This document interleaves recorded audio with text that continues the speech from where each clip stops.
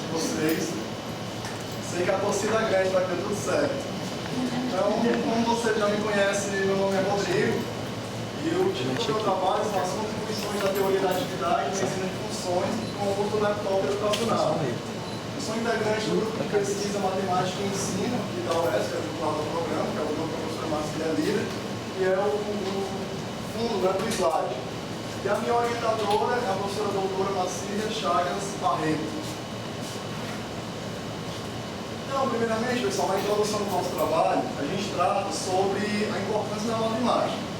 A matemática foi o primeiro conhecimento a atingir o estatuto de ciência, que está muito ligado ao desenvolvimento da humanidade. Ela agrega subsídios importantes ao desenvolvimento da capacidade intelectual dos indivíduos. Ou seja, a gente pode considerar a matemática como uma ciência viva. Entretanto, isso não é o que tem acontecido no ensino da matemática. Daí, as possibilidades para esses problemas no ensino e na aprendizagem dessa disciplina. A gente levanta algumas hipóteses, através de dados como do PISA e da Prova Brasil, dos baixos índices dessas avaliações externas. A gente levanta uma hipótese como a ênfase em procedimentos mecânicos. E como a gente não tinha conta de dar todo o conteúdo de matemática, a gente selecionou um conteúdo, né? Todo o ensino, a gente selecionou o conteúdo de funções. Vocês podem me perguntar, mas Rodrigo, por que o conteúdo de funções? Possui vastas situações, em situações científicas e também cotidianas. Muito bem, então minha relação com o tema. Eu sou aluno egresso da licenciatura plena em matemática, então eu fiz parte desse processo do ensino da aprendizagem da matemática, eu conheço bem. E na entrada no mestrado em educação, eu tive contato com a teoria da atividade e com as tecnologias digitais. Então, os três eixos do nosso trabalho: o ensino de matemática, a tecnologia e a teoria da atividade. O laptop educacional, esse que vocês estão vendo aqui, está exposto, ele entra como?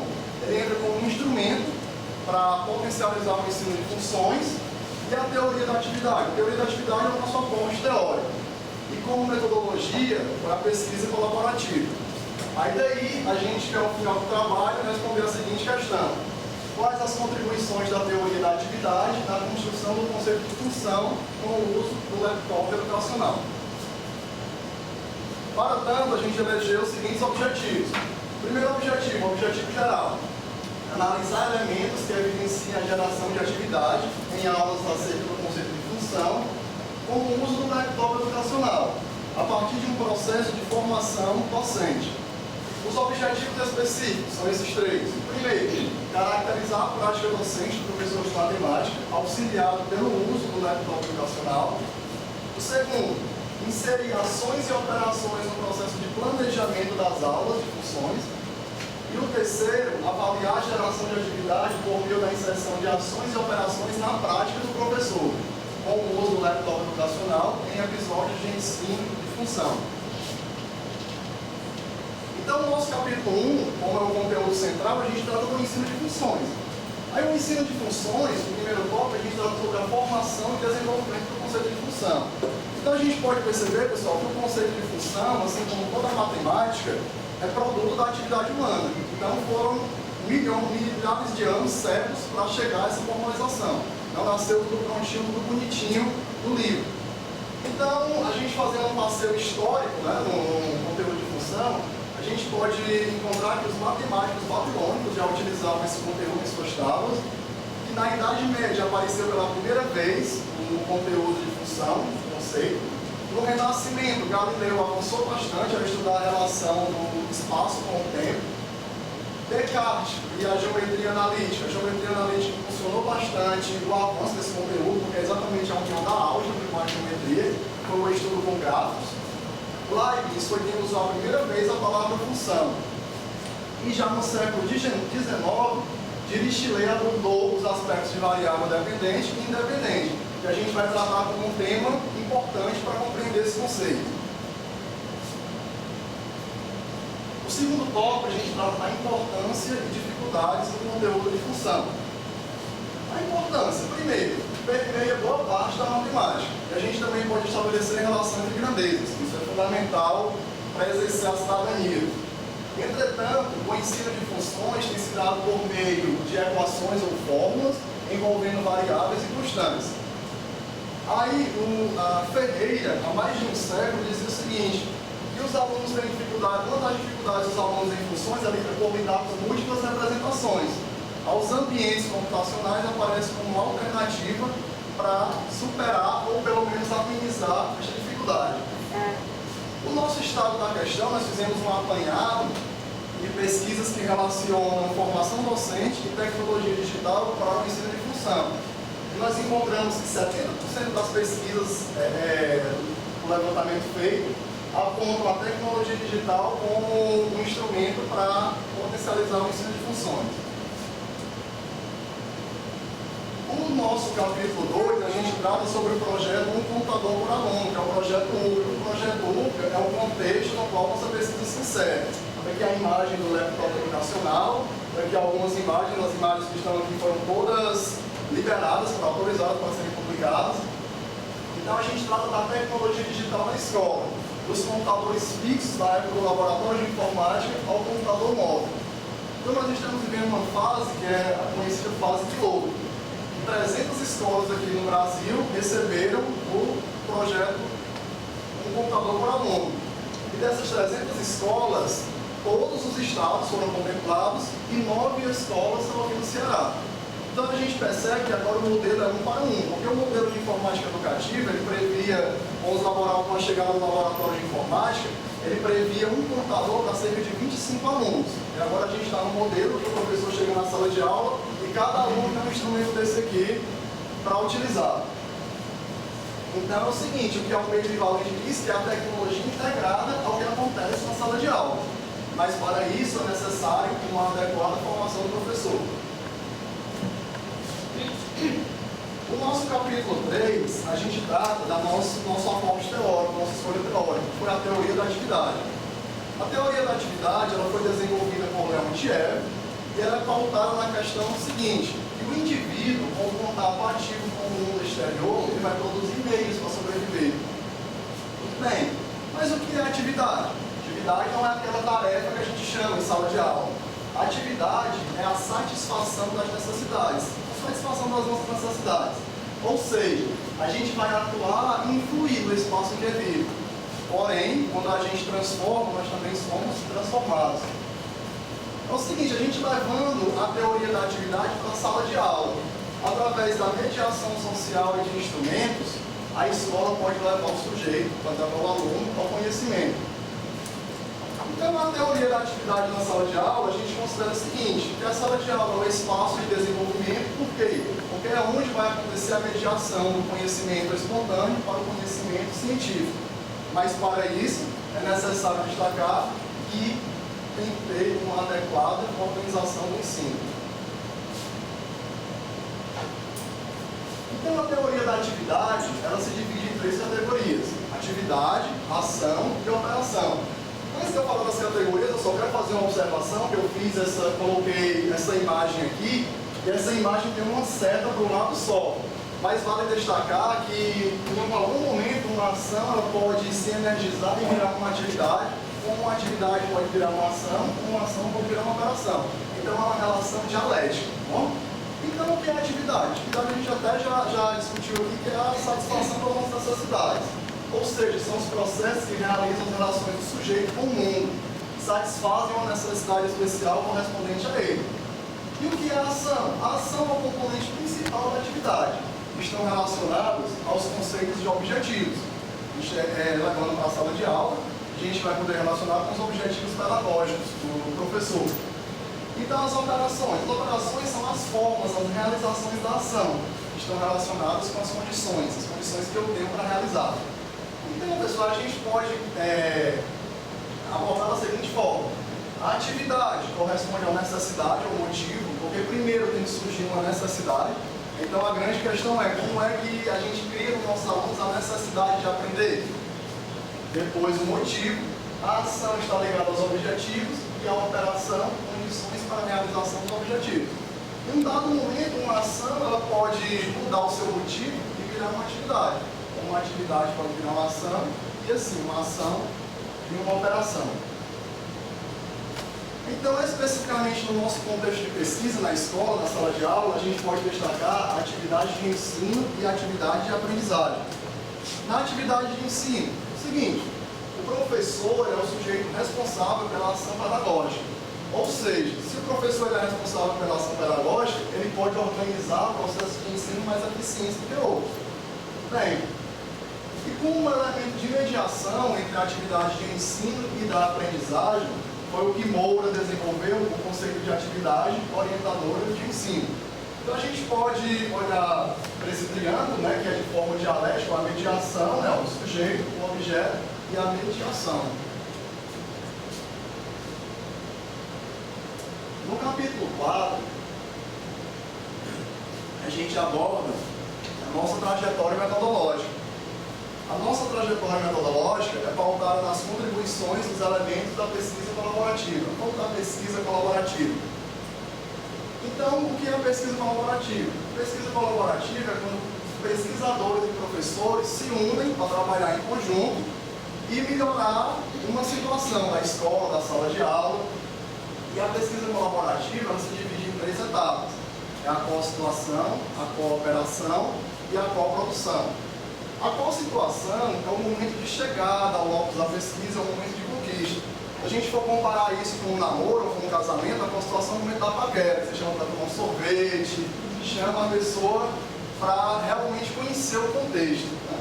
E você aponta também qual é a proposta da pesquisa.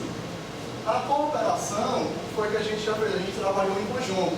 A gente planejou a aula em conjunto, a gente observou a aula e depois refletiu sobre a aula. E a coprodução? O que é a coprodução? A coprodução, primeiramente, é a produção de conhecimento. Ou seja, perpassa essas 2 fases. Tanto na co-situação quanto na cooperação, a gente vai ver nos nossos dados que a gente está produzindo conhecimento. Mas também pode ser a produção de trabalhos acadêmicos em conjunto. É exatamente essa união da academia, da universidade, com a escola de educação básica. Então, a nossa pesquisa foi realizada na cidade de Quixadá, no sertão central cearense. Né? Por que Quixadá? Porque eu tenho toda uma vivência, eu não sou natural de Quixadá, mas eu fiz licenciatura em matemática lá em Quixadá. Tenho muita vontade de retornar para o município de Quixadá. Então, eu tenho todo um carinho especial com essa cidade, né? Com meus conterrâneos que estão aqui também presentes, eu já me considero de Quixadá. Então, qual escolher a cidade, que eu falei para a minha orientadora professora, eu vou abrir mão da cidade de Quixadá. Então, quando a gente conheceu o contexto do URGA, era o único município que era contemplado por ela, a única escola nesse município.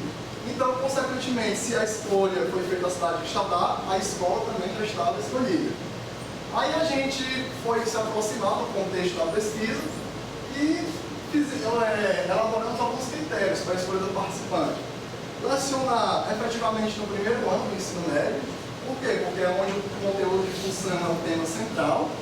ter disponibilidade para participar da formação e permitir a análise e a publicação dos dados. Aí veja uma coisa curiosa, só tinha uma cidade que eu queria fazer a pesquisa. Na cidade só tinha uma escola. Quando eu cheguei na escola só tinha um sujeito, porque era só um professor que ensinava no primeiro ano do ensino médio. Aí foi um risco tremendo, mas graças a Deus deu tudo certo, né? Nós estamos aqui. Toda semana quando eu viajava para o Extadal, eu ia morrendo de medo de desistir das pesquisas. Mas vamos lá. Então, o nosso período de qual situação? É o período da paquera, do namoro lá com a escola. Aconteceu de setembro de 2011 a maio de 2012. Né? E como foi que a gente se aproximou desse contexto? Foi a participação no processo de formação oferecido pelo Hugo, na pessoa da professora Silvana, que também é do Grupo Mais. Ela já fazia as formações oferecidas pelo projeto lá na escola e nos levou, nos apresentou para o diretor, para os professores. Então, a partir desse conhecimento do contexto da escola, a gente discutiu com o professor nesse momento, acerca do contexto do ensino da matemática, da chegada do laptop educacional, que até então é uma novidade, algo novo. Discutimos também elementos da teoria da atividade, porque o nosso trabalho é todo pautado nessa visão da teoria da atividade, então o professor ele precisava conhecer essa teoria, não ir a fundo, mas ele precisava ter uma noção. E também a gente observou duas aulas do conteúdo de função com o laptop educacional, para ver a prática do professor, não para comparar com antes e depois, mas para ver qual era o campo que a gente estava inserido. E o período de cooperação? Cooperação aconteceu de junho a setembro de 2012. Foi no momento que a gente planejou as ações, a gente observou as aulas e a gente refletiu sobre as aulas. Então a gente pode considerar esse momento de cooperação como essa estrutura de loop, né? Era sempre assim, planejamento, observação e reflexão. Planejamento ia sempre nesse ciclo. E a coprodução? A coprodução, como eu já falei para vocês, perpassou as duas fases, que a gente produziu muito conhecimento junto. Eu aprendi muito com o professor, da mesma forma ele aprendeu com a pesquisa. E também, pessoal, teve um fato importante, a gente produziu um trabalho junto. Foi uma experiência sobre esta pesquisa que foi apresentada no primeiro seminário que aconteceu aqui no Ceará. A gente está em anexo no trabalho. Então, pessoal, o nosso capítulo 5. Nosso capítulo 5, né? Como a professora Vanessa disse hoje de manhã, o coração da pesquisa chegou, né? A nossa análise dos dados. Análise da organização do ensino de funções com o uso do laptop educacional. Então, foi o que a gente fez. A gente dividiu nas etapas da pesquisa colaborativa, a construção e a coprodução, ou a cooperação, desculpa. A coprodução eu já expliquei para vocês o que não entra nesse momento, né? Que foi essa produção do conhecimento do trabalho acadêmico para o evento. Então, a partir dessas duas etapas da pesquisa colaborativa, começaram a surgir categorias. A primeira categoria que surgiu foi a integração. A minha integração no contexto da pesquisa, a integração do professor com o pesquisador. Ou seja, a gente pode considerar como uma relação de construção. Essa integração, eu participei do encontro geral das escolas contempladas pelo projeto LUCA, que aconteceu aqui em Fortaleza. As 9 escolas do Ceará relatavam suas experiências. E no relato da escola de Extadal, foi o que eu pude perceber, de acordo com os professores e alunos que participavam do evento. A ênfase dos professores e alunos é que o laptop educacional ele torna algo mais atrativo e descontraído. Tudo tem algum pecado? Não, nenhum pecado. Mas o laptop educacional, pessoal, a função dele é melhorar o ensino e a aprendizagem, potencializar esse ensino, e não deixar o aluno descontraído ou atraído. A gente tem que passar desse encanto da atratividade pelo laptop para um encanto de aprender, para a necessidade de aprender. A gente também observou uma questão curiosa, a ausência de menção do uso do laptop nas aulas de matemática. Porque o evento aconteceu da seguinte forma: os professores iam relatando experiências com o laptop. Teve experiência de biologia, de química, de geografia, de artes, mas de matemática não teve nenhuma. Então causou certa curiosidade. Será que não apresentaram nenhuma experiência ou realmente não teve durante esse ano? Que foi um encontro para dizer as experiências do ano de 2011. Então, depois dessa integração, eu fui à escola, né? Fui a Quixadá. A primeira visita à escola. Quando eu cheguei na escola, eu não conhecia alguns profissionais que não estavam nesses encontros preliminares, começou os rumores da escola. Eita, chegou o fiscal do Hugo. Estavam dizendo que eu ia lá para fiscalizar, para saber como era que estava o andamento. E isso, de acordo com o Fiorentino, a pesquisa colaborativa não é bom. Porque a pesquisa colaborativa é exatamente uma relação não hierárquica. Né? E estava já acontecendo essa hierarquia. Aí eu estava conversando com o pessoal e o pessoal todo com medo de me falar as coisas, né? Aí eu fiquei me sentindo recuado. Foi um ponto difícil da pesquisa. E convém lembrar o seguinte, que o UC não tem nenhum fiscal, que tem um professor multiplicador que vai lá passar as formações. Eu não tenho ninguém fiscalizando para denunciar nada. O que chamou a atenção também na escola, a escola apesar de pequena, mas estava muito bem estruturada, foi a reforma para o recebimento do projeto. Na instalação elétrica, salas bem arejadas, com ventiladores, algumas de outras escolas que eu conheci, salas climatizadas. Então teve todo um aparato para receber. Outra questão também, a sala com no máximo 30 alunos, não pode ter mais 30 alunos. Então a gente pode perceber que o laptop educacional, o programa UC, ele não se preocupa só com a chegada do instrumento, ele se preocupa com toda uma questão social da educação mesmo. Outro fato que nos chamou a atenção foi a continuidade do LIA. A gente se perguntou, mas por que o laboratório de informática, numa perspectiva que cada aluno, cada professor e cada gestor já tem o seu computador móvel, né? A gente foi pesquisar, não encontramos lá uma literatura específica do UC, mas encontramos outra literatura que o LIA nessa questão vai ser usado para outra perspectiva, para desenvolver projetos, até porque vocês podem perceber uma limitação do laptop, né, enquanto a tela. O laptop ele é bem pequenininho, então o computador fixo ele pode ser usado em outra perspectiva. A outra categoria que surgiu foi o contato com o participante da pesquisa, que eu e o professor. Então o professor ele relatou algum interesse em participar da pesquisa de cara. A gente começou, antes de se conhecer pessoalmente, a gente começou via online, Facebook, e-mail. E desde o início ele mostrou interesse. Pessoalmente eu pude perceber isso, pude sentir essa firmeza. Então o Fiorentino ele diz que a importância do momento em que os participantes da pesquisa se unem para um objetivo comum. Né? A gente também discutiu, a gente conversando, a gente descobriu alguns pontos em comuns, né, entre o professor e o pesquisador. Como o gosto pela matemática, pela informática, pela docência, além também da intenção de melhorar, de contribuir para a educação na cidade de Quixadá. E isso foi gerando uma relação de confiança e parceria, porque não é nada fácil, pessoal, chegar um cara que você nem conhece para ir observar a sua aula e depois ir discutir, refletir. Mas todo esse período a gente foi se integrando, foi gerando essa parceria, essa confiança. Mas como todo namoro e todo casamento não é só flores, os conflitos começaram a surgir. Começou as brigas, né? Depois da conquista começamos a ter conflitos. O primeiro conflito foram o que a gente cita como conflito, não foi briga e discussão mesmo não. Foram divergências de pensamento, né? Pesquisador de pensamento e professor outro. Então a gente ia tentando aproximar esses caminhos. O primeiro foi em relação ao uso das tecnologias digitais em sala de aula. O professor diz o seguinte: torna a aula mais atrativa. A gente pode perceber que é uma visão geral dos professores da escola e também dos alunos, né? A gente viu naquele encontro geral do UC. E ele disse também que serve para praticar o conteúdo. Ele disse: olha, Rodrigo, eu faço o seguinte, eu ensino o conteúdo de função, depois eu pego o laptop e a gente vai praticar. Mas o Valente, ele diz o seguinte, ele diz que é para você aprender através da tecnologia, né? Você coloca lá o software, vai aprender o conceito de função através do software, e não só para praticar o conteúdo.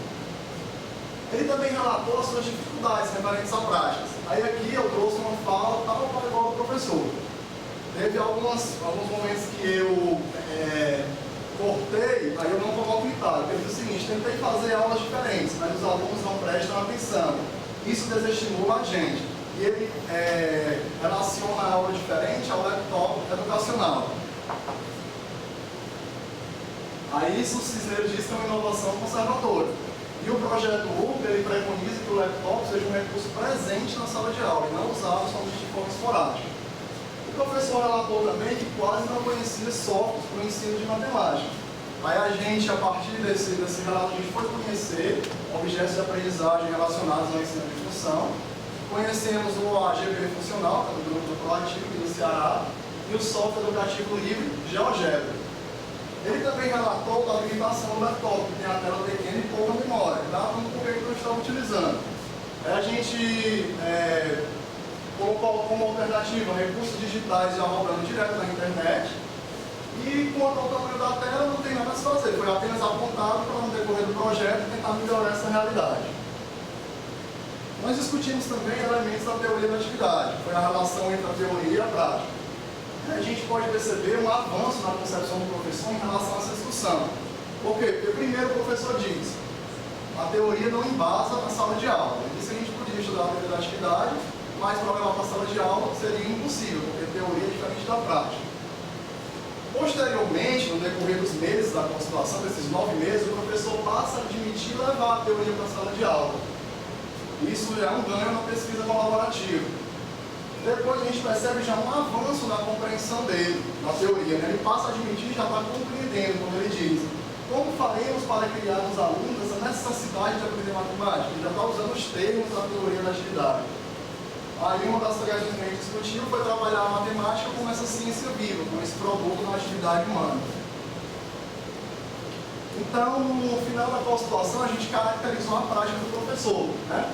Então, o professor, nessa aula, ele dividiu em 2 momentos. Foi a pesquisa no laptop educacional sobre o avanço do conceito de função e também um debate, que os alunos iam fazendo debate sobre o achado da pesquisa. A gente observou o fato que o objetivo não foi explicitado para os alunos, o objetivo da aula, a gente não havia discutido nada a esse respeito ainda. E de acordo com a nossa perspectiva teórica da atividade, a gente supõe uma importância que se explique essas ações para os alunos, para que fique claro o que o aluno deve aprender naquele determinado momento. Os laptops educacionais se encontravam guardados em um armário, ele precisou sair da sala, chamar a professora do laboratório para vir abrir, fazer uma chamada, entregar o laptop. Quer dizer, estava sendo uma espécie de laboratório móvel. E isso, o contato em relógio foi em torno de uns 30 minutos, até acalmar a turma e voltar para a aula. E o UPA diz que os laptops devem ser usados no momento que for preciso, estarem disponíveis na carteira. Um dos alunos ligado no laptop, a internet sem fio estava desconectada. Então os alunos precisaram ir para o laboratório de informática educativa. Aí a gente se pergunta, será esse o motivo de manter o laboratório ou vai ser usado em outra perspectiva? O professor ele trabalha em equipe, conforme nos chamou a atenção na atividade coletiva, porém nenhuma orientação foi dada para a realização da pesquisa, né? Aí os alunos começaram a surgir com dúvidas, perguntar se era para copiar tudo que estava no computador, o professor não copia só o mais importante. Então os alunos eles participam na aula, mas por iniciativa própria, não o professor estimulando essa participação. Aí tem algumas imagens desses momentos de cooperação. A gente relata a importância da pesquisa utilizando a história da matemática, muito importante isso. Entretanto, faltou um planejamento, faltou uma adequada organização do ensino. Aí o que foi que aconteceu? As equipes não encontraram o que foi solicitado e os alunos se encontravam desmotivados. Aí o professor diz o seguinte, eu queria fazer uma aula diferente, mas já que vocês não querem, eu não posso fazer nada. A nossa cooperação nós dividimos em três episódios, o episódio 1, 2 e 3. E cada episódio é dividido no planejamento, na observação da aula e na reflexão sobre a aula. Então, no episódio 1, o conceito de função.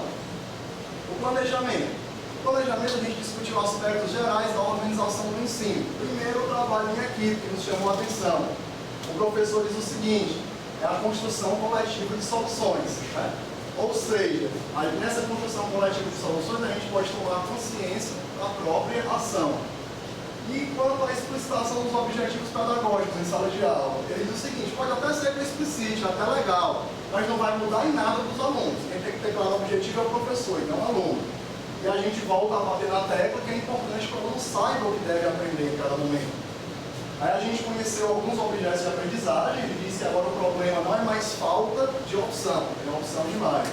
E também discutimos acerca do conceito de função, como esse organismo vivo, né? Esse conceito que foi sendo construído na necessidade humana. Em relação à observação da aula, nós percebemos o trabalho em equipe, o professor em todos os episódios ele trabalha em equipe, já era uma cultura dele também por sugestão da pesquisa.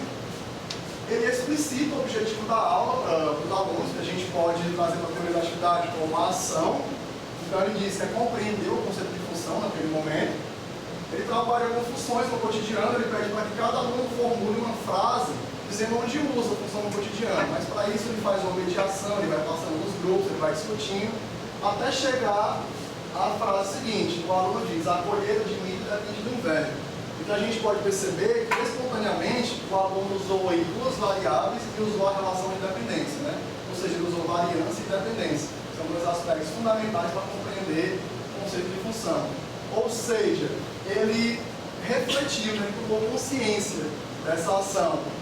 Aí outra equipe, já em outro momento, disse o seguinte, que em uma função existe uma variável dependente e independente. Ou seja, já generalizou o conceito, né? Que o processo é uma capacidade psíquica, a análise, que a gente diz que a análise ela depende da reflexão, né? Então ele refletiu para depois generalizar o conceito. E a gente já percebe, diferentemente do primeiro momento observado na participação, um clima motivacional muito bom na sala de aula.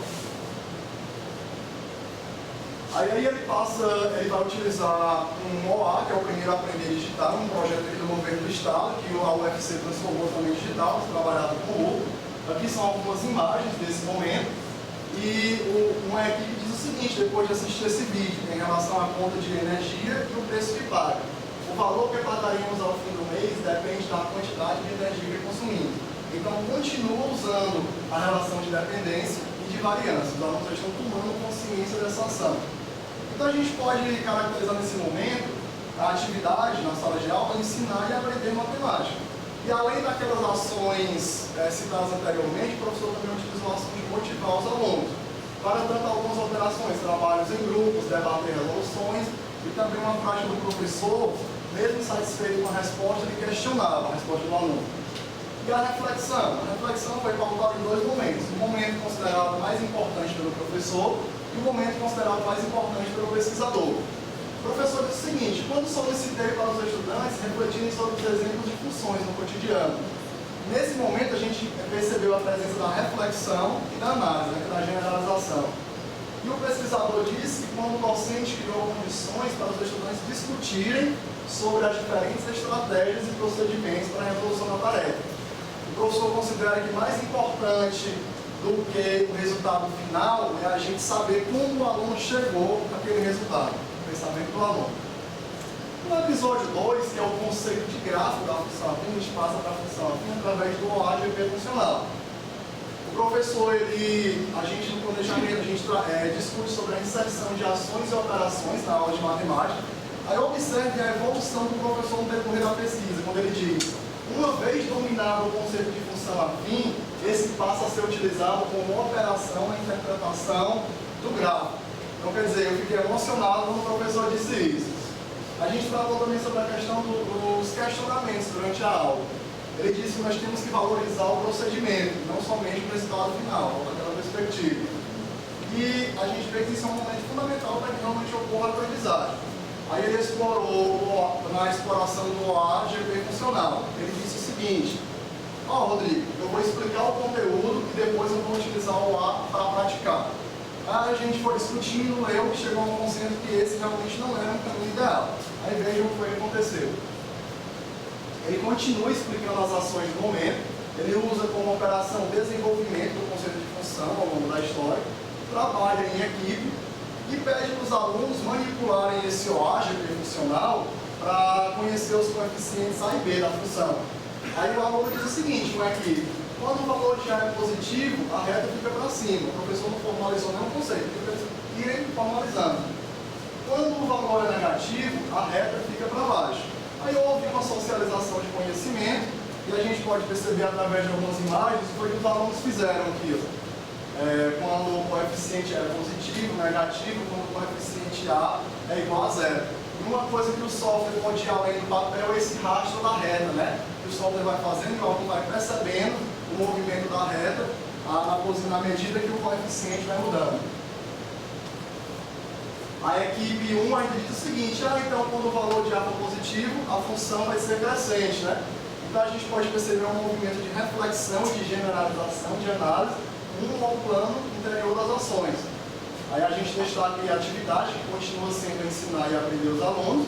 Ele faz diversas operações que até repetiram as operações para fazer outras ações. E nessa ação, uma outra ação em relação a que a gente já citou, foi disciplinar os alunos. Em relação à reflexão, no instante em que as equipes formalizam seus conceitos sobre função crescente e decrescente. Eu disse que isso foi um momento fundamental porque ele não disse nenhum conceito e as equipes conseguiram formalizar o que era uma função crescente e uma função decrescente. Ou seja, eles partiram de um caso geral para um caso mais específico da função, né?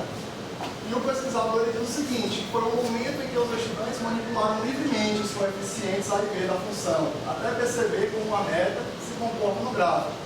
Aí o professor ele relata que nesse momento de experimentação, os alunos desfrutam de suas próprias descobertas. É exatamente o que os PCNs recomendam, que é o fazer matemática em sala de aula. O aluno passando pelo papel que o matemático viveu.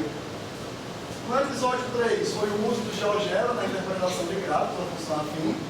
No planejamento, a gente conheceu o software GeoGebra, a janela da aula, a janela de visualização. O professor destacou a importância das representações algébricas e gráficas do conceito de função. Tratou também da questão de experimentação, que é importante o aluno experimentar, manipular o software. E depois a gente chegou a um consenso que era interessante eles formularem situações e problemas para resolver através do GeoGebra. Aí assim foi feito. Na observação da aula, ele continua explicitando as ações, ele usa como operações variáveis dependentes e independentes, que usa o plano cartesiano, ele vai puxar lá do Descartes, vai tratar essa questão da história da matemática, da geometria analítica, o trabalho em equipe também, e o laptop educacional já está disponível, pessoal, na carteira. Olha o avanço, está lá bonitinho para o aluno usar na hora que for preciso. E ele pede para os alunos formularem situações e problemas, e uma situação que nos chamou bastante atenção, foi uma situação muito bem formulada, foi de uma equipe. A gente depois até foi procurar saber dessa formulação, eles pegaram alguns exemplos de umas provas e chegaram a essa formulação. Aqui está cortado por conta do tamanho. Mas diz o seguinte: em uma representação que começa às 17 horas, na abertura da escola, às 13 horas, havia no local 20 pessoas. A partir dessa abertura, o público aumentou cerca de 15 pessoas a cada hora. Quantas pessoas havia no horário previsto para o início da apresentação? Aí eles, através do GeoGebra, formularam aquela situação algébrica, y igual a 15x mais 20, onde y é o total número de pessoas e x é a quantidade de horas que estão se passando. Trabalhar na questão da variável dependente e independente. Aí surgiu um conflito nesse momento, porque uma determinada equipe tinha feito uma função afim, mas que não tinha esse coeficiente B, esse mais 20. Aí disseram: então não é uma função afim, porque não tem um mais 20, o que é que vai ser? É através de pesquisas no laptop conectado à internet, que a gente também mais uma vez considera a importância, eles chegaram à questão que é um caso particular da função afim, a função linear. Então os alunos eles foram buscar essa questão. Então, mais uma vez, o professor ele parte do geral para chegar no caso específico. Aí tem uma imagem da equipe 3, eles também representaram em pontos no plano cartesiano. Eles perceberam que podiam representar o ponto 4,80, 1,35, porque passou uma hora, tinha 35 pessoas, passou 4 horas, tinha 80 pessoas. E é importante registrar, pessoal, que eles perceberam tudo isso através do GeoGebra. Eles foram manipulando o software e formulando essas soluções. Então, a reflexão desse último momento. E cada equipe, o professor diz, explicou suas situações e problemas, pois neste momento podemos perceber que os alunos compreenderam o conceito de função. Cada um formulou e foi explicando, foi socializando o conhecimento, né? Aí é onde a gente pode dizer que o aluno ele organiza o seu pensamento ao longo da ação. E o pesquisador ele relata o seguinte: foi quando surgiu o conflito na turma, indagando se o coeficiente B é igual a 0, então não será mais uma função afim. Aí o professor, ele já conhecendo a teoria da atividade, estudando, ele diz assim: mas Rodrigo, é porque é importante a gente partir da generalização para entender um caso particular. Aí assim ficou bem mais fácil. Aí a gente destaca o avanço na concepção do professor, que seja a atividade de ensinar e aprender matemática, e que os objetivos do professor e do pesquisador estavam cada vez mais convergentes, que era transformar a atividade de ensino em atividade de aprendizagem. E por fim, pessoal, que já deve estar cansado, né, falando aqui demais, a gente considera que o nosso trabalho ele está em torno de 3 vertentes: o ensino de funções, o laptop educacional, presente na sala de aula, que é a teoria da atividade. A gente considera que a criação de situações desencadeadoras de ensino contribuiu para a compreensão do conceito de função, nessa perspectiva da atividade de ensino e de aprendizagem, que a teoria da atividade foi fundamental nessa articulação da teoria e da prática, e que um ponto importante para levar o sujeito ao desenvolvimento é partir das ações às operações conscientes. E uma operação, não foi falado na apresentação, mas no trabalho está relatando, uma operação ela só é consciente quando ela passa primeiro por uma ação. Né? Como, por exemplo, em um momento, interpretar o gráfico de um funcionamento pode ser uma ação, mas em outro a gente pode utilizar como uma operação para conseguir outra ação. Destacamos também o trabalho em equipe, que foi importante nesse diálogo, nessa discussão dos alunos com o professor. Destacamos a presença dessas capacidades psíquicas, a reflexão da análise e a planificação das ações. A importância das tecnologias digitais como um artefato, um instrumento realmente para experimentação, para o aluno viver o que o matemático viveu. Entretanto, apesar de todo o investimento no projeto público em equipamentos e informação, tem a limitação de rádio do laptop, que é o tamanho da tela e a memória, mas o projeto público ele se preocupa com uma questão muito importante, que é da formação do professor. E a gente encerra o nosso trabalho dizendo o seguinte, que isso tudo só vai valer a pena, só vai se concretizar com uma adequada mediação do professor. Então, aqui são algumas referências usadas. Obrigado.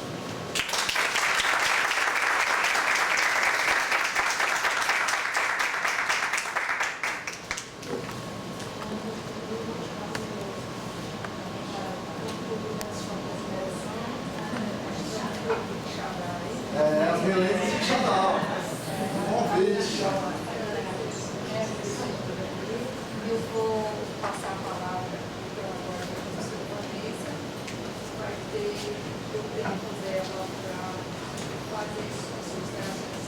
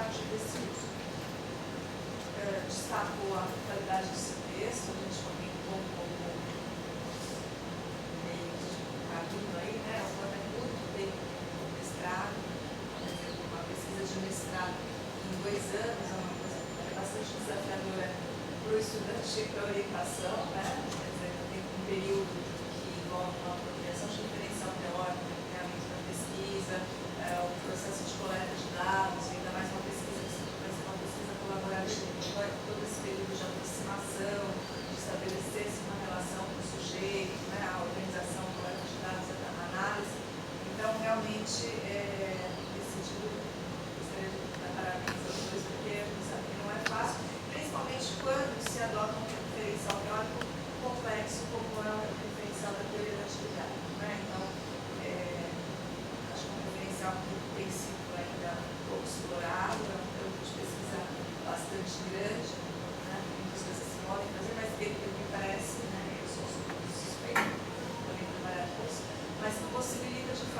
investigar a questão dos fenômenos educativos com uma lupa teórica bastante interessante.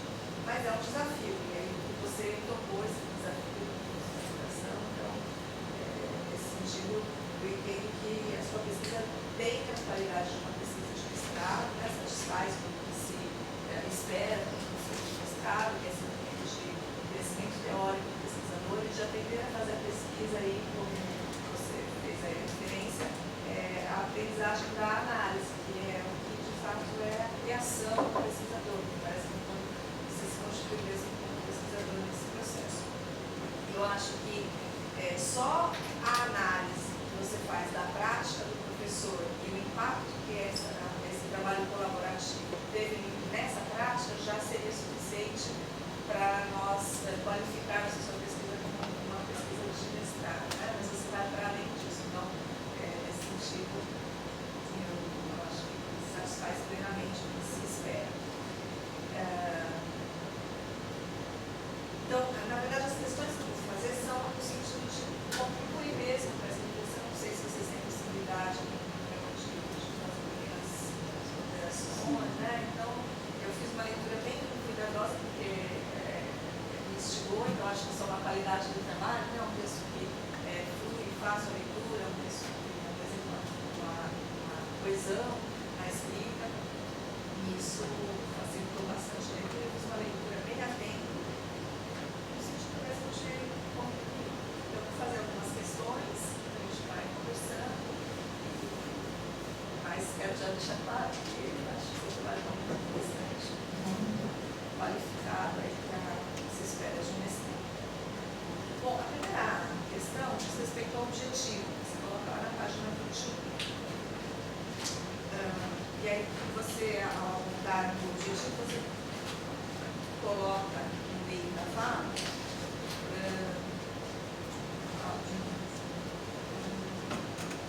pretendemos organizar o ensino. Quando você se refere ao objetivo, você se coloca aí nesse sujeito, nesse objetivo, dizendo também que pretende organizar o ensino.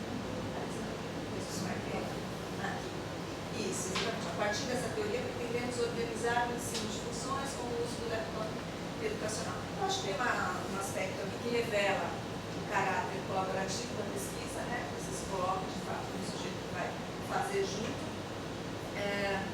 Mas, por outro lado, em alguns momentos isso me parece que se confunde um pouco com o objetivo da pesquisa. Quer dizer, o que de fato você vai fazer? A sua proposta é planejar conjuntamente essa organização do ensino, é avaliar essa organização. Acho que tem toda a coerência que essas coisas andem juntas, né? Porque, de fato, pesquisas colaborativas, mas acho que em alguns momentos talvez valesse revisar um pouco isso. Principalmente porque, ao final, né, você acaba analisando a prática desse professor e fazendo referência ao objetivo principal, que é a formação do docente. Então, talvez valesse a pena, nos momentos em que você faz referência ao objetivo do trabalho, tomar um cuidado para que esse objetivo se mantenha nesse sentido, de uma única forma de resolver.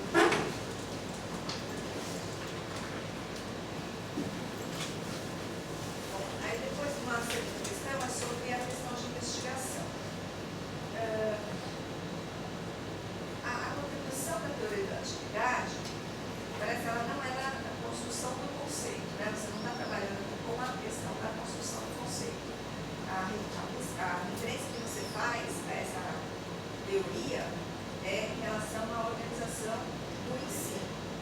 Então, nesse sentido, quais as contribuições da teoria da atividade, você coloca a questão, né? Quais as contribuições da teoria da atividade para a organização do ensino que favoreça a apropriação do conceito de função com o uso do laptop? Quais as contribuições da teoria para a organização do ensino? Isso é uma sugestão aí de alteração quando você coloca a questão, está lá na página 22. Então, você coloca quais as contribuições da teoria da atividade na construção do conceito de função. Eu acho que talvez valesse uma revisão, porque na verdade não é isso que você faz. Você não acompanha, na verdade não acompanha a aprendizagem dos estudantes, né? Não é esse o que me parece na sua leitura, não é esse o seu objetivo. Eu acho que valeria a pena descrever.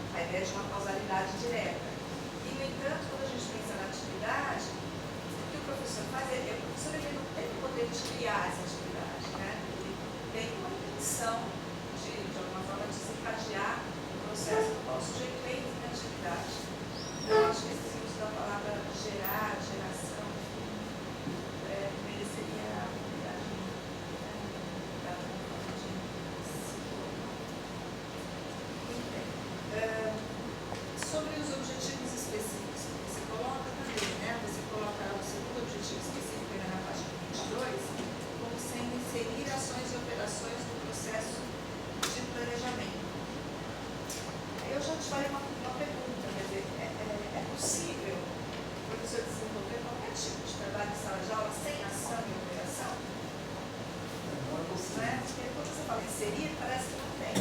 Né? Então, eu te perguntaria, na verdade, quais ações? Acho que aqui precisaria uma qualificação dessas ações, né? Por exemplo, seguir ações e operações. Ok, mas são quaisquer ações e operações, né? São ações e operações que, de alguma forma, sejam relacionadas com a atividade principal ali, que é a atividade de ensino, considerando o objetivo desses rendidos de funções. Então, são cuidadinhos, assim, uma coisa pouca, você toma cuidado de não alterar uma palavra, alterar uma frase, mas de alguma forma dá mais coerência entre o referencial que você adotou e o texto que você adotou. Bom, lá na página 29,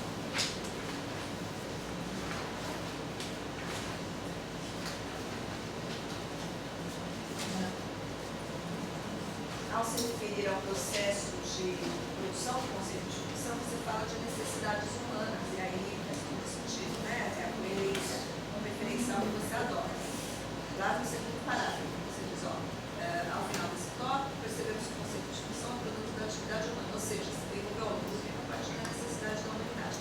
Aqui também acho que precisa uma qualificação, né? Porque qual necessidade? A gente conversou sobre isso, os conceitos vão respondendo a essas necessidades humanas, mas uma necessidade específica. Então, ok, não estou discordando, mas aí uma frase dizendo que necessidade é essa.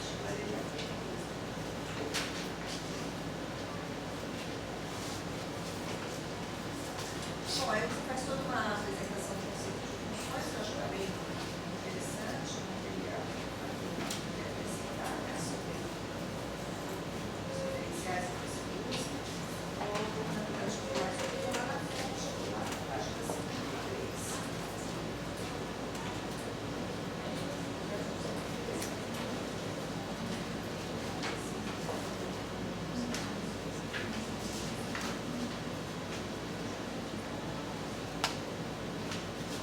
Eu queria só fazer um destaque positivo aqui, eu achei que ficou bem bacana esse cuidado que você teve em apontar essa necessidade de superação do uso do instrumento. Porque, de fato, isso é uma coisa que acontece não só no uso da tecnologia, né, mas com qualquer instrumento.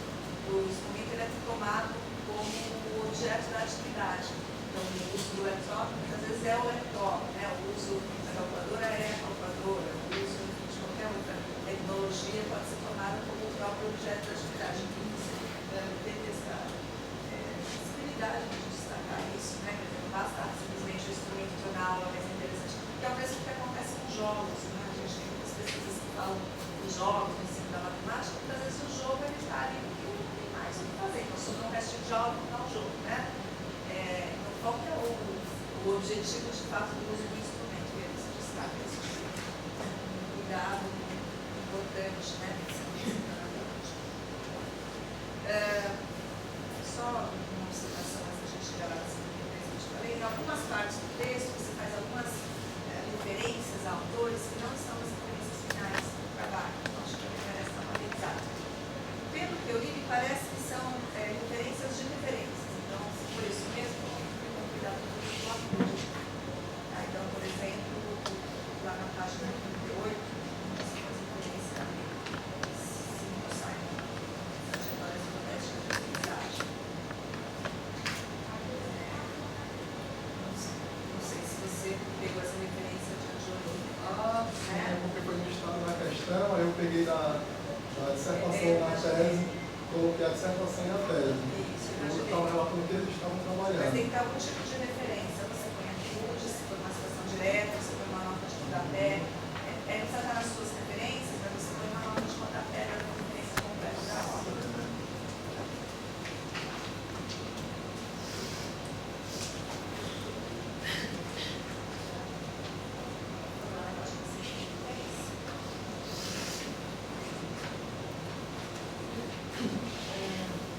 Então, sobre a apresentação do referencial teórico, no penúltimo parágrafo, você afirma o seguinte.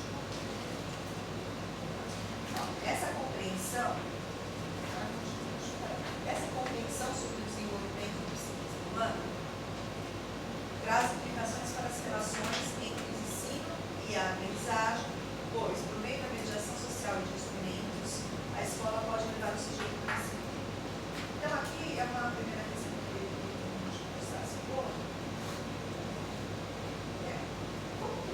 agora, né, que você terminou o seu mestrado, já tem um período de apropriação sobre esse referencial, como que você agora compreende essa afirmação? Né? Por exemplo, por meio da mediação social, os instrumentos que a escola pode levar o sujeito ao conhecimento. A pergunta é: onde está a atividade? Você prefere já? Vamos passar, aí fica com essas três. São três questões, aí fica com três questões, depois você fala. Esta é a primeira. Essa é a primeira questão. Então a primeira questão é sobre essa afirmação aí, né, de que a escola pode levar o sujeito ao conhecimento. Como você avalia essa sua própria afirmação, considerando o referencial da teoria da atividade? Ou seja, onde é que aparece a atividade aí? Onde é que está a atividade? Né? Como que a sua escola leva o sujeito a esse conhecimento? Bom, na página 54, só uma observação aqui. No segundo parágrafo, logo depois dessa citação, você diz o seguinte: o meio social próximo ao sujeito confere sentido aos seus atos. Página 54. 54. Página 54, o segundo parágrafo, abaixo da citação. Então, a segunda frase: o meio social próximo ao sujeito confere sentido aos seus atos. Aqui a gente merece um cuidado também, porque na verdade o sentido ele é pessoal, né? Então, como se dá essa relação entre o sentido e o significado? O meio ele favorece as condições que o sujeito atribui sentido, né? Mas quem atribui sentido é o sujeito. E na verdade tem uma questão colocada, eu entendo que não foi concepção por aqui, mas da forma como está escrito, parece que esse sentido ele é determinado pelo meio, né? E na verdade esse sentido ele se dá na relação que o sujeito estabelece com o meio, sem dúvida, mas o sentido ele é pessoal. Deixa eu ver essa explicadinha.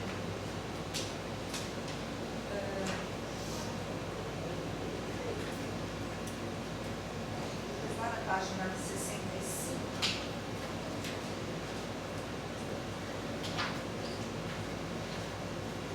Fazendo uma série de observações.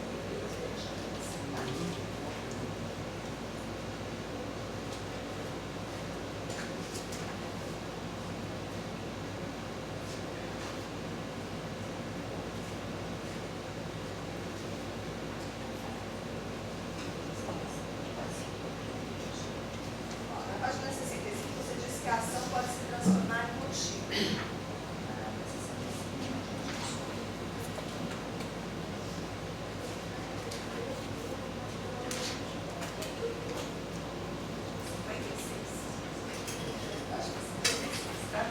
Você diz que a ação pode se transformar em motivo, né? Então,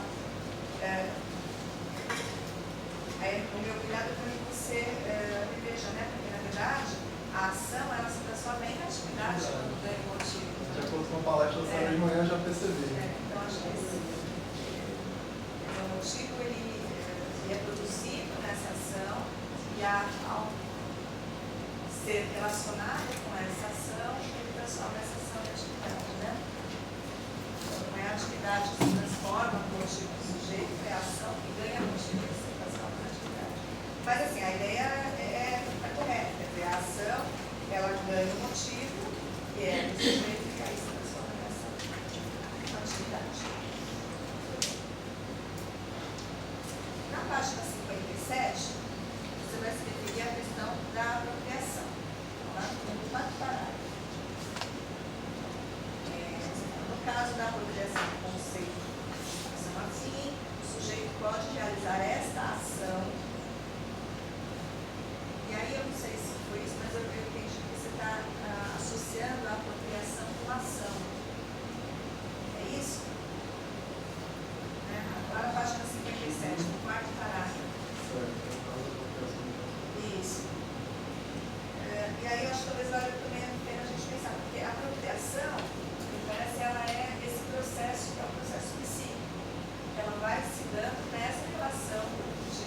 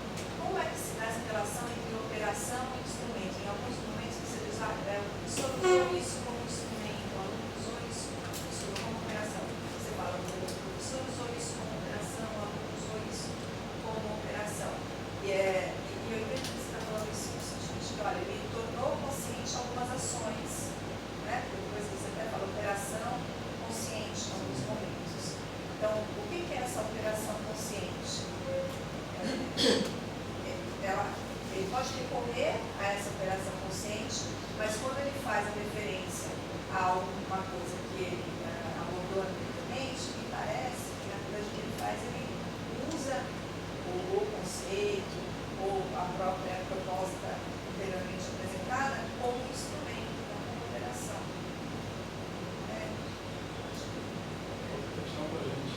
Acho que a gente pode, acho que você poderia argumentar um pouco do que você optou por usar a operação, né? De repente também pode ter sido uma questão de leitura, acho que a gente poderia se pautar um pouco nessa questão aí. Bom, na página 59 é uma questão pontual do livro, né? Você o quarto terceiro parágrafo seguinte. Eu acho que esse parágrafo merecia revisão só na escrita mesmo.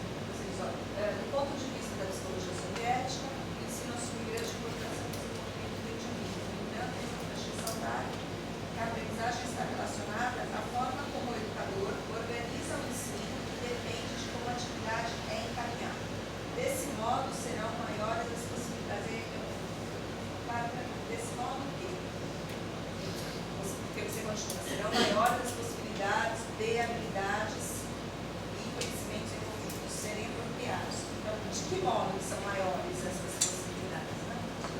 Só uma revisão, se não se dá isso também.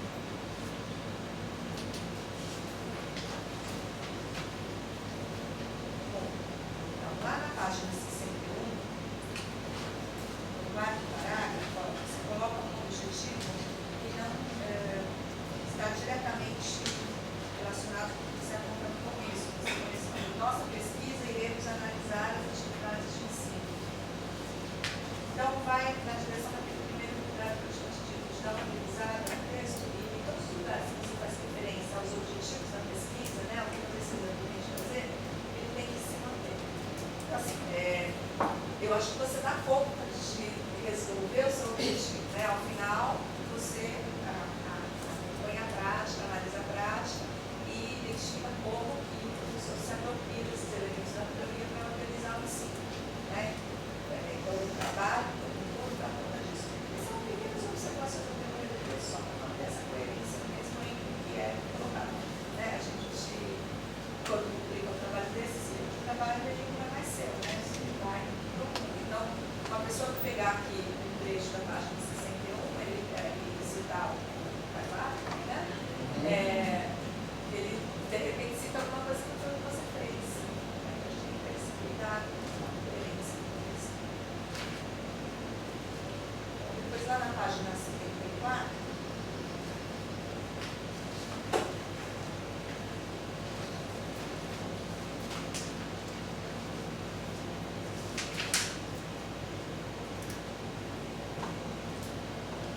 só queria destacar que o destaque positivo, acho que ficou bem bacana esse segundo parágrafo, né?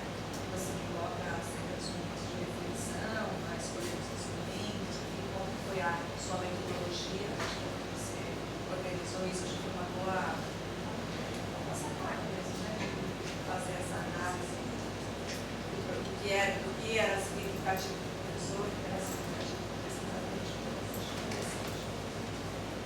Na página 75, você conclui aqui a sua metodologia, dizendo como você desenvolveu essa metodologia. Eu senti falta de você indicar a metodologia de análise dos dados, quando você fala da metodologia de coleta dos dados, né? Você descreve os instrumentos de coleta, mas você não fala da metodologia de análise, embora você fale lá na frente. Acho que talvez não vai ser que nem que fosse um parágrafo dizendo que essa metodologia de análise está contemplada e que essa metodologia de análise você também faz de forma diferenciada dependendo do momento do trabalho que você está analisando. Então você, quando vai abordar os episódios, você tem uma metodologia bastante clara e eu acho que é algo que mais o seu trabalho não apresenta resultado nesse momento da análise dos episódios. Mas valeria a pena um cuidado dizendo que essa metodologia ela foi pensada, né? Que seja essa abordada mais para frente.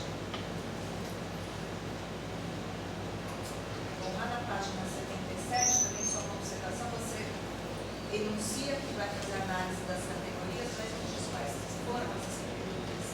Você, na primeira linha da página 77 a seguir, descreveremos estas categorias. Então, para o leitor, essas categorias elas são deduzidas na leitura. Né? Então, eu deduzi na leitura quais seriam as suas categorias. Integração, contato, conflito, não é isso? Mas isso não aparece. Ou seja, descreveremos as categorias, quais são? Uma frase aí resolve, só para explicar quais são as categorias. Bom, agora com relação à análise, lá na página 59. Então, a primeira parte aqui da análise tem uma boa parte que é de relato, né? E a análise ela vai se dar no final da página 59 e na página 80, nesse primeiro aspecto. E aqui acho que começa a ficar mais interessante, até que você vai relatando, na verdade, o processo. Na página 59, essa análise ela se explicita. Eu queria destacar a apropriação que você faz do conceito de pesquisa colaborativa. Acho que você mostra no texto que estudou bastante o tema, isso ficou bastante marcado, acho que uma temática, ou a apropriação desse conceito. Não só como você vai falando dela, mas a forma como você vai organizando a sua pesquisa também revela essa apropriação bastante interessante. Bom, lá na página 28,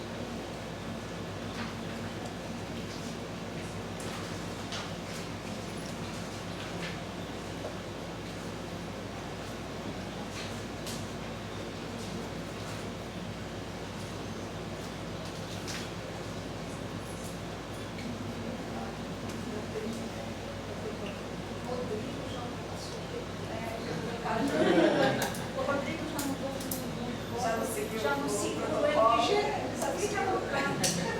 de gente, a gente tem como limite o seu corpo. não ia dar 6. Se a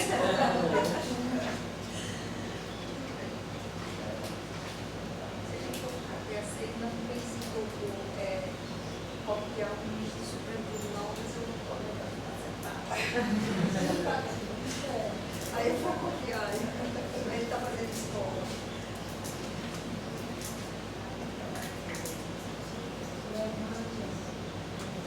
Então, veja, eu vou falar aqui abaixo, eu estava com problema, gente, porque o texto é muito tarde. Eu pus de novo aqui 98, mas é 89. Não, é 89. Mas eu vou ver achando, porque eu te disse que já estava bem tarde.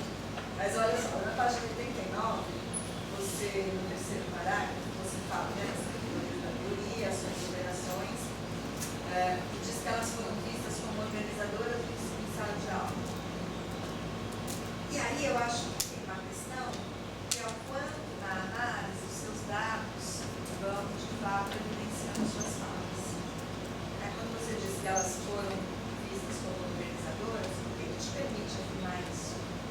O que te permite afirmar que elas de fato organizaram o ensino da sala de aula? Você tem dados para isso, né? Você em alguns momentos vai trazendo fala do professor, onde ele faz referência, faz ações, ou mesmo retoma ações que ele desenvolveu anteriormente. Então, isso vai se tornando consciente do professor na organização do ensino e de fato, parece que elas passam a ser organizadoras desse ensino.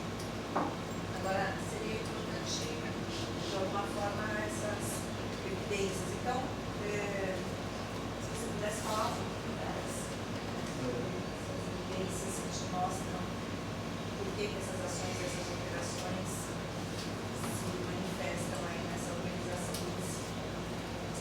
Bom, depois eu queria perguntar para você sobre a questão da especificação dos objetivos, que é um pouco do que você também no começo da manhã, sobre essa necessidade da explicitação dos objetivos.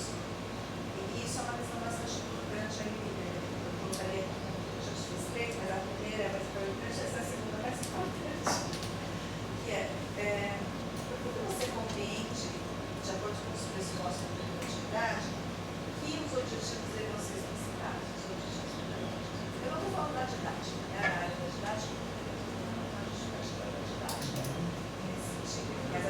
pode dialogar essas coisas, né?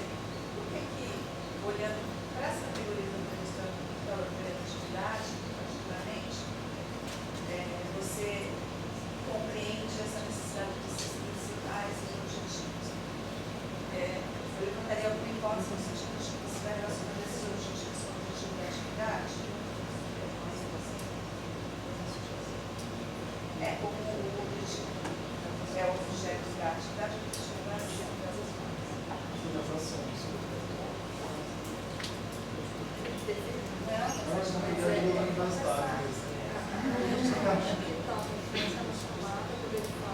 Que a organização do fenômeno educativo, ele está dizendo a ação precisa ter objetivos. A teoria diz isso, a ação precisa ter objetivos. Então, quem vai praticar a ação, o aluno vai aprender, precisa praticar várias ações. Praticando várias ações, é necessário que ele tenha clareza do objetivo que vai ser perseguido. Então, é esse objetivo que a gente está falando. Desculpa aí porque eu me associo com a produção. Então, o que a gente está tentando dizer, né? A ação é organizadora, os elementos da teoria são organizadores do fenômeno de ensino, porque no momento em que você vai tentar motivar o aluno para aprender algo, você vai fazer uso de ações, e essas ações elas precisam estar claras. Qual é o objetivo dessa ação? Porque a teoria diz que a ação está relacionada com o objetivo. Se o objetivo está claro só para mim, como o professor inicialmente dizia, o objetivo não vai alterar nada, porque o objetivo tem que ser importante para mim. Então, o sujeito age porque eu tenho um objetivo. E esse objetivo, ele se apropria desse objetivo, fica claro para ele o objetivo dessa ação. Não sei se é isso. Acho que a gente pode conversar sobre isso. Pode ir ao encontro da questão do motivo compreensível e do motivo eficaz. Para tornar realmente o motivo eficaz para o aluno compreender qual é a ação dele naquele momento. Então, eu acho que talvez a gente possa quando a gente fala do objetivo, né, eu concordo plenamente no sentido de que o objetivo da ação ele tem que ser consciente do sujeito, porque senão esse sujeito ele não vai entrar em atividade. Perfeito, né? E esse objetivo ele tem que coincidir com o objeto da atividade, portanto, com o seu motivo. De alguma forma, ele está relacionado com o seu motivo, porque se não uma atividade, e aí uma produção de motivo, uma produção de sentido. Né? Só no entanto, esses sujeitos, o professor e o estudante, eles estão em atividades diferentes, embora se relacionem de forma dialética, né? A atividade de aprendizagem não é a atividade de ensino, né? Então, é claro, se você for analisar, é importante o aluno saber o objetivo da aula, claro, né? Uma questão de organização de ensino, de necessidade. Agora, não é disso que a gente está falando, me parece, né? A gente está dizendo de explicitar para o aluno qual é o objetivo ali que está sendo desenvolvido. No entanto, esse objetivo do professor pode ser muito do aluno, para ele entrar em atividade, pode ser outro. Vou pegar um exemplo, tá? Eu quero que meu aluno do ensino médio se aproprie da noção de pessoa exponencial. Tá? Aí eu coloco ele jogar no ventilatório e analisar as possibilidades de se estabelecer uma relação de dependência entre o número de jogadas e o número de peças. O número de jogadas é bastante comum, né? Quer dizer, para mim, do organizador de ensino, o meu objetivo é que ele se aproprie da função exponencial. O conceito de função exponencial, né? Se aproxime, compreenda algum tipo de crescimento que para além do linear, né? Mas que ele não chega ali na explicitação da relação, embora não seja possível chegar nisso, mas mesmo que ele não chegue na expressão analítica da função, o meu objetivo é propiciar esse caminho para a construção do conceito de função exponencial. Para o estudante, nesse primeiro momento, pode ser ganhar o jogo. Né? Então, meu questionamento foi no sentido de o fato do professor dizer qual é o objetivo da atividade de ensino não garante que o objetivo do sujeito na ação que ele desenvolva seja geradora de multidão, mas seja uma ação relacione ao objetivo e, por isso, nesse processo, ele estabeleça um sentido que, de fato, você já pegou o motivo, mas, enfim, que ele entre em atividade. Então, não necessariamente esses motivos, esses objetivos, eles têm que coincidir.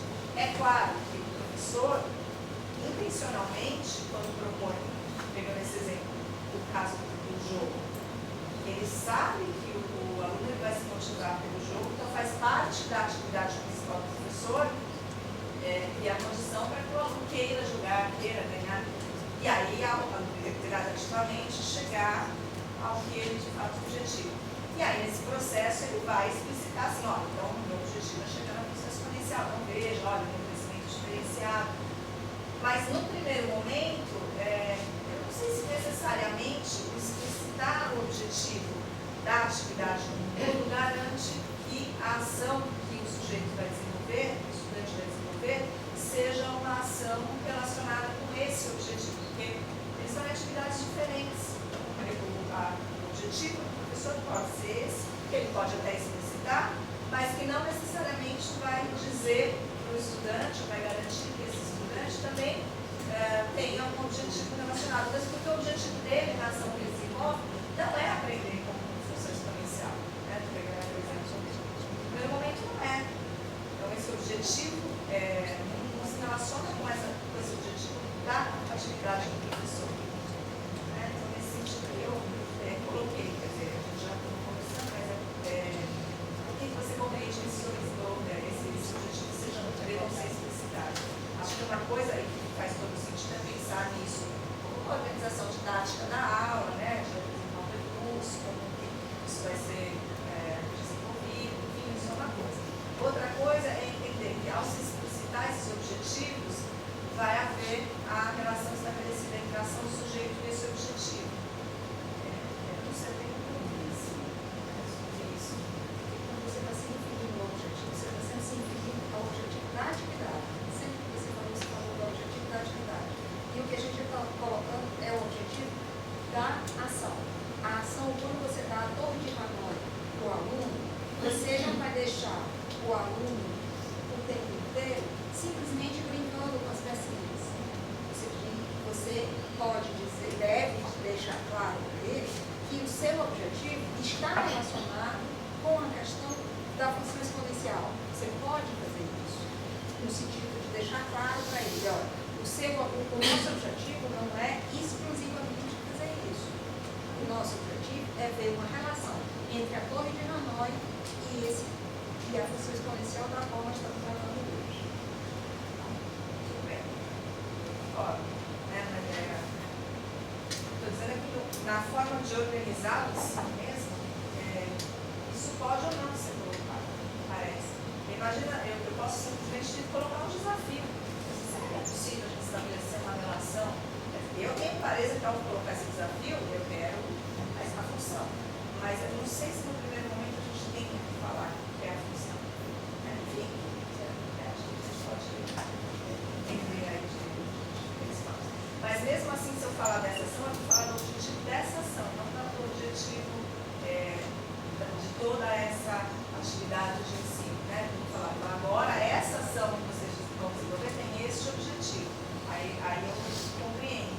Né? Então, não é só tentar. Vocês vão tentar agora estabelecer uma relação. Eu vou dando esses objetivos para cada ação. Né? Mas na atividade geral, então, e aí talvez tenha ficado claro para mim, mas eu entendi que quando você estava falando de explicitar esses objetivos, era de explicitar o objetivo dessa atividade. Perfeito, como você ficou dando essa ideia, não é essa ideia. A definição é assim,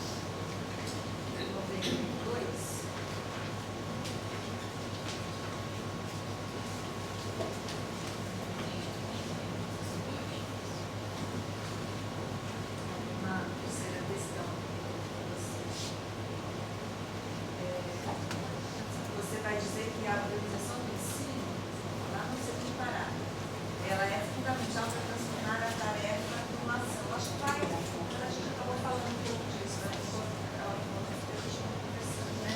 Determina o que você entende que essa organização do ensino está fazendo essa transformação da tarefa em ação.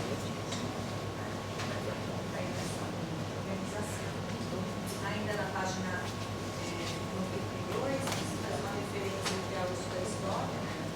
A partir do contexto histórico cultural, os alunos podem entender o conceito de ficção, controle humano, acho que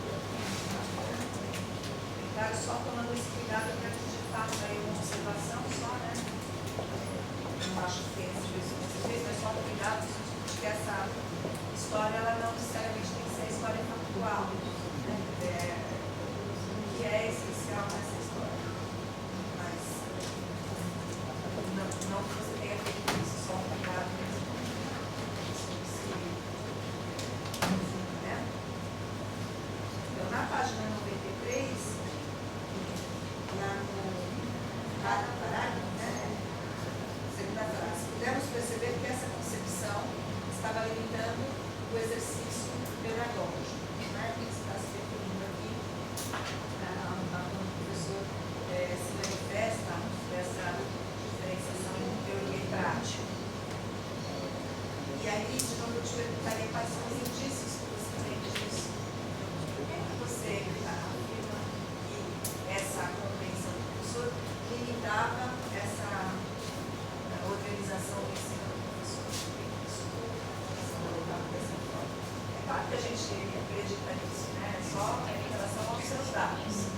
Claro que a gente entende que essa dicotomia aí, de alguma forma, traz implicações para essa organização. Ou só empirista ou distante também do professor. Mas como é que você identifica isso nos dados que evidências que você tem, indícios que o professor te deu, de que ao compreender essa separação da teoria e a prática, essa separação, de alguma forma, limitava o avanço da organização. Então, aí, a partir da página 94, faz essa questão da operação do documento, que eu gostaria que a gente conversasse mais cuidado. Eu vou colocar todos os lugares que isso aparece, depois eu deixo para você, né? A gente comenta, acho que uma fala geral mesmo sobre essa questão que você relaciona essa operação, isso também, operação consciente, esse movimento de operação e ação, acho que você já falou um pouco na sua apresentação, mas é mais essa questão mesmo da operação no lugar do instrumento, vai se dando ao longo do seu texto. Teve alguns exemplos, a página 95, 96, 102, 106. Precisa passar por todas elas aqui, mas essa questão é mais geral.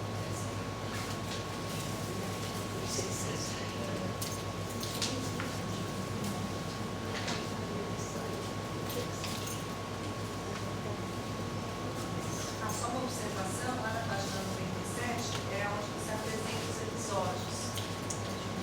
A questão da metodologia de análise. Então, eu acho que aqui valeria, não sei se isso apoiou ou não, né? Mas acho que talvez valesse uma referência aqui. Tem alguns trabalhos já foram utilizados, tem se utilizado esse instrumento de análise, também fazer uma referência aí para baixo, utilizando essa noção de episódio.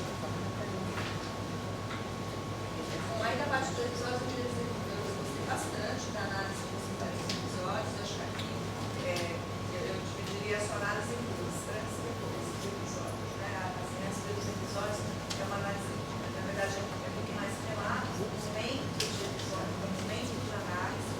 Quando você vai para os episódios, aí você faz a análise de fato, e essa análise implícita com dados, né? E tudo que eu coloquei algumas afirmações até aqui faltavam indícios, eu acho que se avança muito, porque você consegue mostrar e de fato você vai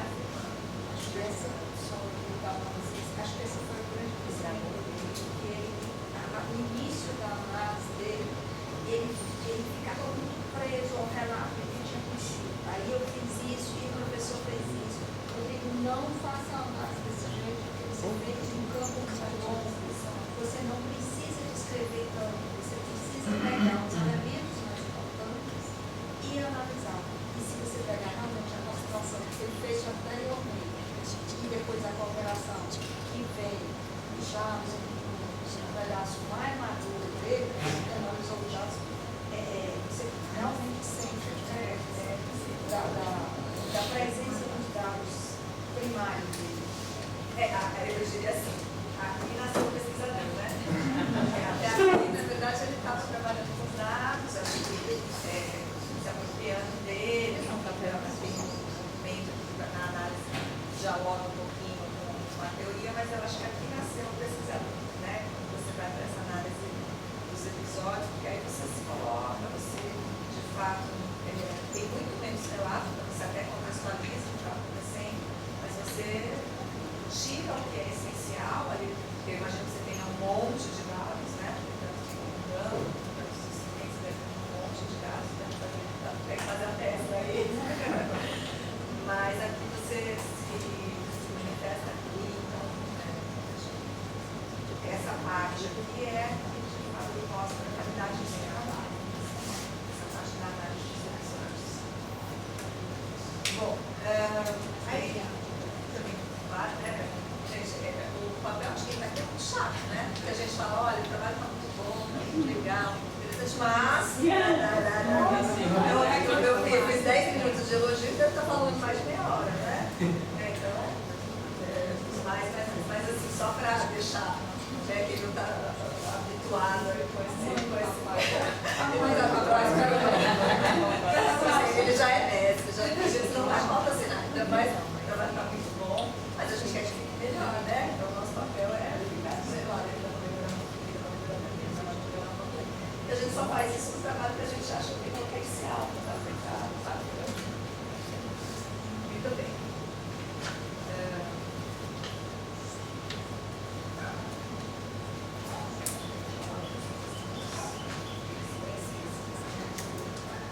Lá na página 102. No segundo parágrafo, aí na 102 eu tenho várias questões, acho que uma várias quatro questões. Bom, primeiro, no segundo parágrafo, você diz o seguinte, ó, a explicitação dos objetivos pedagógicos são sempre muito importante, assim os elementos vão ser os estudantes vão se apropriando de elementos presentes na relação entre motivos e objetivo da aprendizagem. Desculpa, entre a relação dos motivos e o objetivo da atividade. Então, parece que eles não vão se apropriando dessa relação. Na verdade, eles vão produzir um motivo dessa relação. Né? Porque o motivo é do sujeito. Então, é nessa relação que o sujeito produz o motivo. Se aí se não produz o motivo, e esse motivo ser relacionado com a ação pega esse motivo, portanto, ela se transforma em atividade. Então, acho que essa atividade de primeiro que os estudantes nessa relação produzem motivo, portanto, em criatividade. Bom, depois,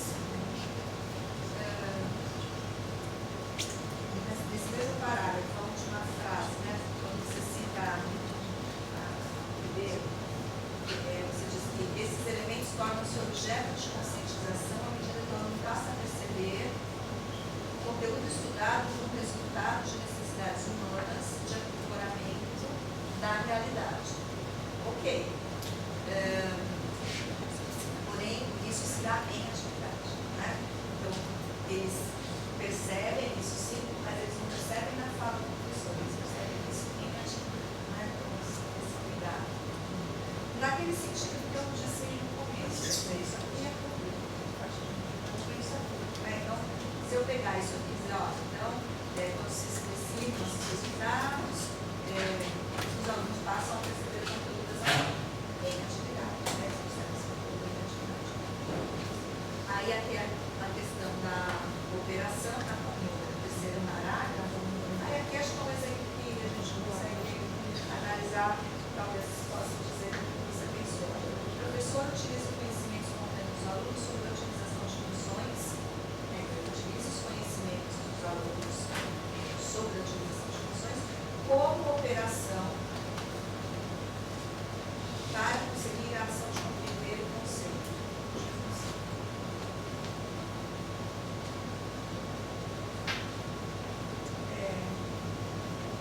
O que você tem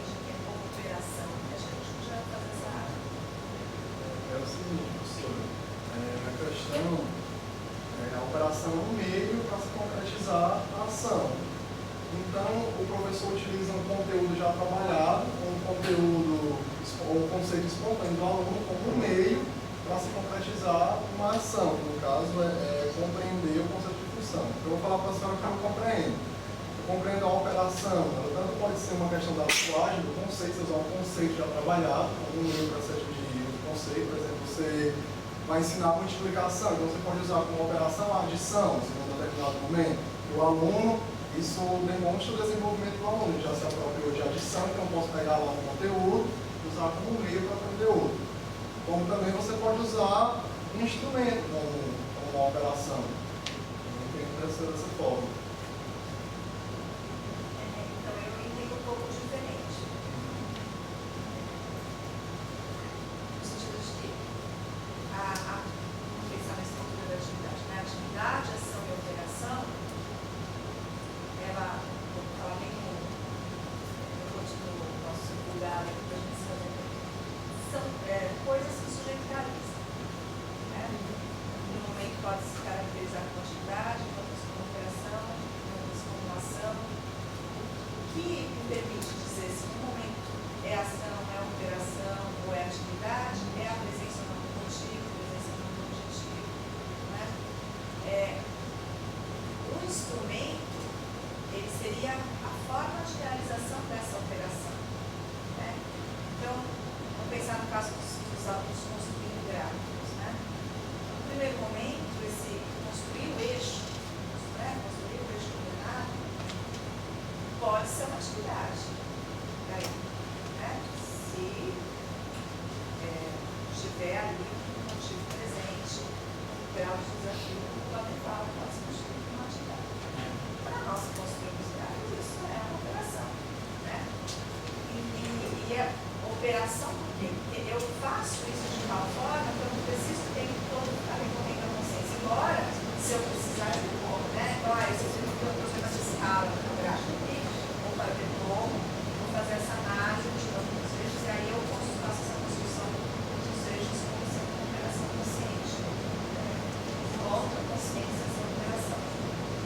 Agora, o que me parece que a operação é o meu ato de fazer o gráfico. Meu ato de construir esse eixo, né? Esse eixo, ele vai ser para mim um instrumento. Né? Isso é uma operação. No momento em que você utiliza algo, que ele está dizendo aqui, você utiliza algo, tem os eixos cartesianos. E esse eixo cartesiano, em determinado momento, foi uma ação que tinha que estar com um objetivo bem claro. O aluno precisava compreender isso.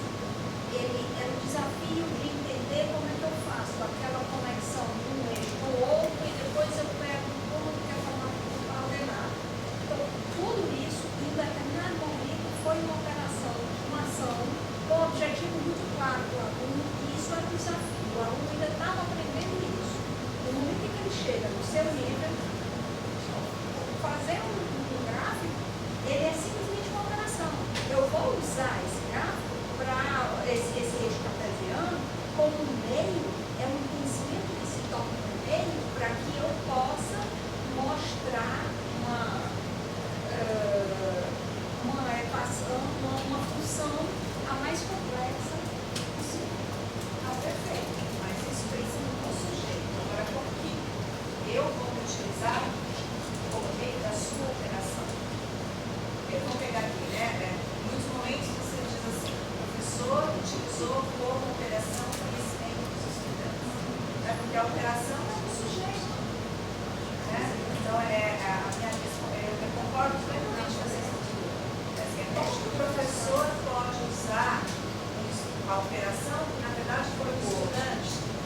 Né? Ele provoca o uso da operação. Exato. Você tem toda a razão. É a estrutura da frase que o professor, ele vai, sabendo que o aluno tem aquele conhecimento, ele vai provocar o aluno para que ele faça uso da sua operação, para que ele pratique perfeito. E aí é muito. Então, mas olha só que interessante. É interessante porque, na verdade, nós temos duas atividades. A atividade do estudante e a atividade do professor. Para o professor, vai fazer essa provocação, né? Esse conhecimento do aluno pode ser instrumento na sua atividade. Para o aluno é a operação, né? Mas ele pode usar como instrumento o conhecimento do aluno para contar o objetivo da ação dele. Então, assim, só a operação é do sujeito. Então, só o sujeito que pode usar essa operação.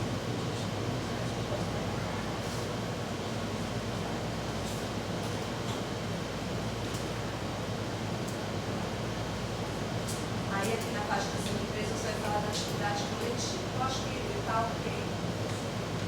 Acho que a gente já chegou no consenso sobre essa questão. Acho que já está lá. Isso é muita coisa, né? Lá na página 53 você vai falar da atividade coletiva. No primeiro parágrafo, essa experiência histórica. Assim, entendemos a atividade coletiva como um caminho para a atividade individual, ou seja, atividade que proporciona desenvolvimento. Só uma observação, no sentido de que a atividade coletiva, ela favorece o desenvolvimento psíquico, porque na atividade coletiva se dá a mediação, mas não é a atividade coletiva que desenvolve esse psíquico, né? A atividade coletiva, ela é um contexto que favorece a mediação, favorece a contribuição dos parceiros mais capazes,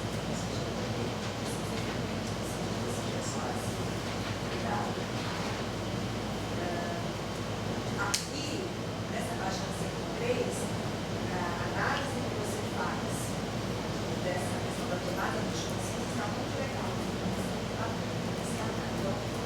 Isso aqui, como eu disse, você vai se mostrando aqui. Então, olha, você fala da tomada de consciência, fala da generalização, você traz os dados, você evidencia o que você quer demonstrar, então aí a representação realmente interessante aqui. E você vai mostrando, né, como que esse coletivo se, que é o que a gente chama de falar, como que esse coletivo, né, essa atividade coletiva, a mediação garante essa compreensão, esse conceito de mediação. Então, na verdade, tem aqui o reforço dessa explicitação dos dados de que é o coletivo favorecendo o risco na mediação. Lá na página 104, eu só queria destacar que eu acho muito lindo isso aqui que os alunos falaram. Eles não se dando conta, né? Aí chega um e fala assim, show de bola! A relação da variável depende, né? Para todas as funções. Mas ele, como a gente diz assim, ali ele se apropriou disso, né? Ele entendeu ali, fez sentido. Né? Ali ele atribuiu sentido àquilo que ele estava fazendo e aí ele mudou o motivo. Quer dizer, então aqui se deu de fato essa aprendizagem.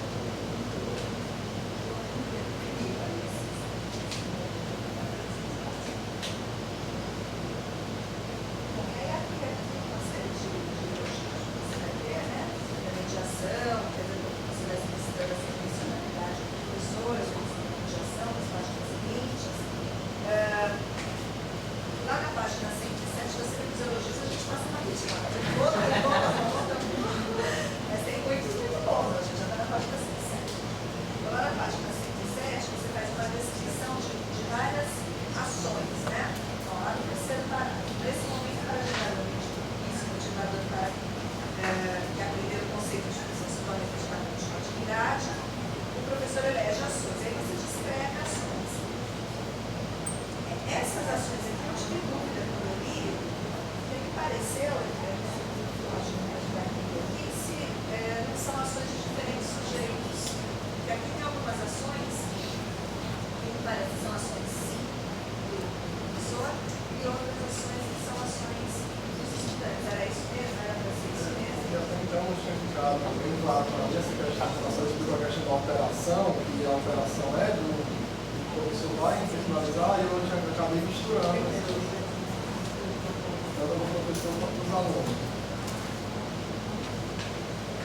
Aí lá na página 110,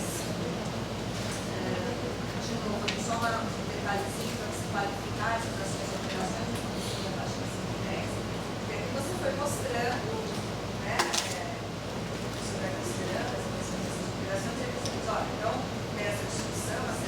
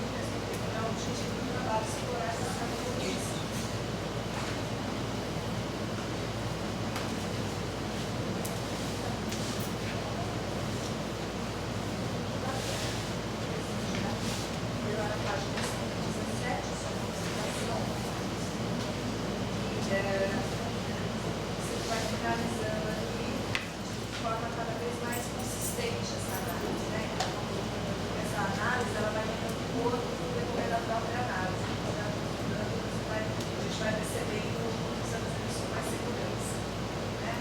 Eu acho que isso revela aí esse processo de constituição dos pesquisadores, do processo de aprendizagem. Tenho certeza que se você fazer uma nova pesquisa, você vai partir de um patamar de olhar os dados, de possibilidade de análise de outra natureza. Então, está de parabéns, você é uma pessoa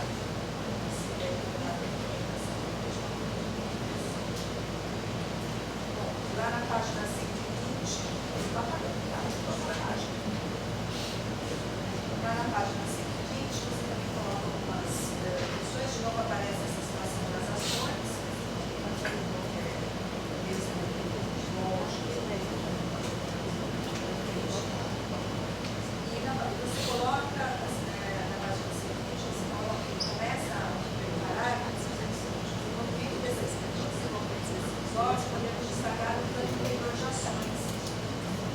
E aí eu pergunto como que é possível destacar esse plano interior de ações, ou se você tem inteligências assim, no momento isso porque não aparece. Isso é um desafio mesmo da psicologia, eu consigo analisar de fato o sujeito tinha como intencionalidade nessa projeção de atividades, nessa projeção de ações. Como é possível destacar esse plano interior de ações? Depois, lá no meio do segundo parágrafo, se você de novo falar de meios, de operações, né? E aqui, no último, só uma pequena revisão, você diz que, por fim, né? Por fim, formular os seus próprios conceitos. É só um pouco de rigor na leitura, mas eu acho que com respeito ao seu trabalho mesmo, né? Quando a gente está trabalhando